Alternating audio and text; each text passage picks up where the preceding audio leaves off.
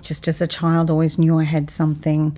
I could see things that I thought couldn't understand why other people couldn't see. Thought that was quite strange. How come you can't see that person, or how come you can't do that? I was 6 and I was buying shoes with my grandmother, and I walked up to a stranger and said, "Your mum says she's okay, and to tell you that she's happy, and most of all, she's all right."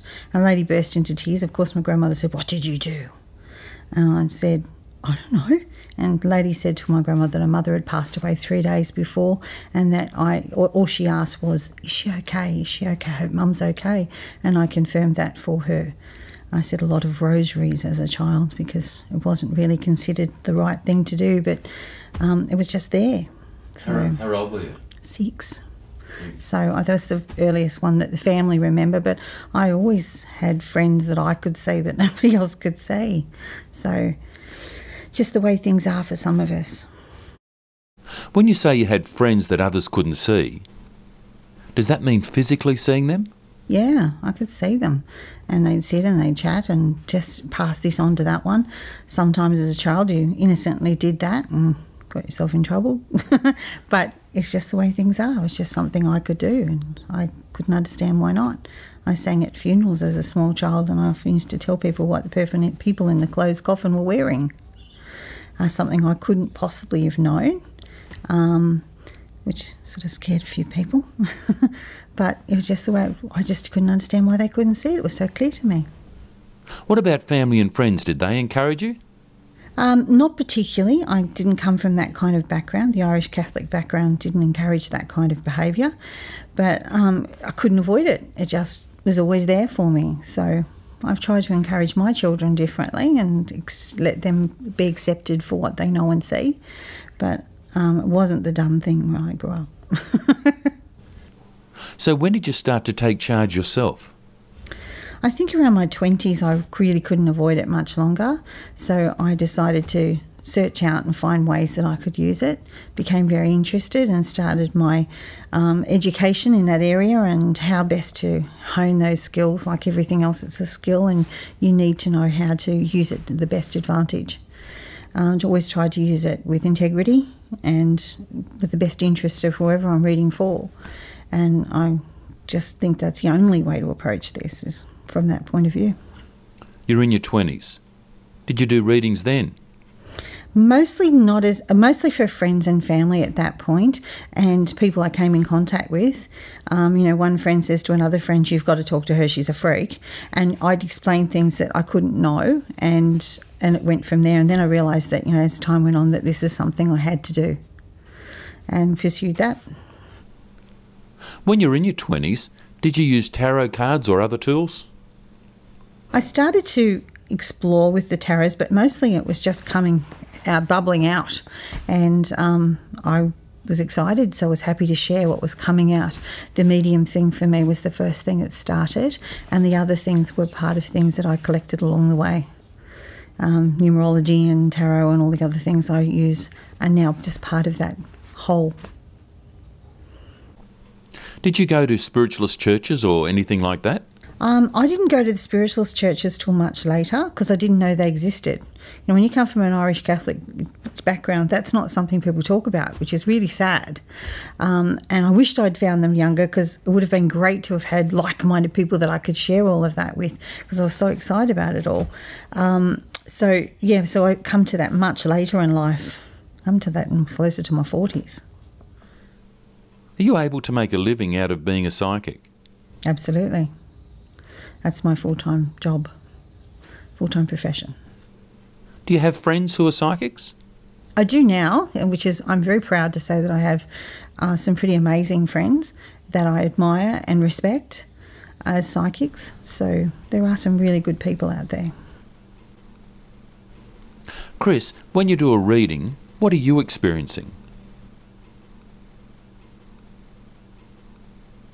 That's sort of as varied as the people that I read for, But I usually ask my guides to go to their guides and bring me anyone they need to see or anything they need to hear. So it's a matter of me sitting there and seeing what happens sometimes. But often family members are quite happy to come up and say hi and let them know that they're okay and pass on messages to other members of the family. So, and then the tarot was part of that reading as well. So giving them some guidance for the future as well. So I say as a medium, I can connect you with your loved ones who have passed, and the tarot give you a bit of guidance for what's coming up. Do you always connect? Well, I've never had that not happen yet, so I have to say yes to that one. But, you know, I'm sure that happens for some people, but I've never experienced it. When you talk about spirit, how is that in your own personal life? Does that happen when you're by yourself? Oh, absolutely. Yeah, we have family members that come visit, and we have, you know, all my children are psychic, so our house can get a bit busy sometimes. You know, people we've connected with over the years will often call by and say hi, but, you know, we also have what we call passers-by, you know, coming in to say, you know, I'm hurt or I'm injured or give me some guidance. Sometimes we have to help them cross over, and sometimes we have to move them along to the next stage for them. But yeah, it is part of our life, and we just accept it as so. What are some memorable readings or situations for you, Chris? Oh, wow. That's 25 years. There's been a lot. There's been a lot of memorable things. But when you really make a connection with somebody and you're able to share something special and relevant to them and give them some peace, I'd say they're the most special ones for me. But some of the big things I've told people I had a lady on television, she sent in and asked where her rings were, and I was able to tell her exactly where they were. I said the right-hand side of the kitchen, and I told her where to look, and she contacted me and said that she found them. They were her mother's, so they meant an awful lot to her. They're not just something she bought. They were something special to her, so being able to help her find those from, I suppose, one woman to another, I understand how those things work. It was pretty special. Having people, you know, telling them specific things about them or their family, and, you know, knowing that you've done the right thing.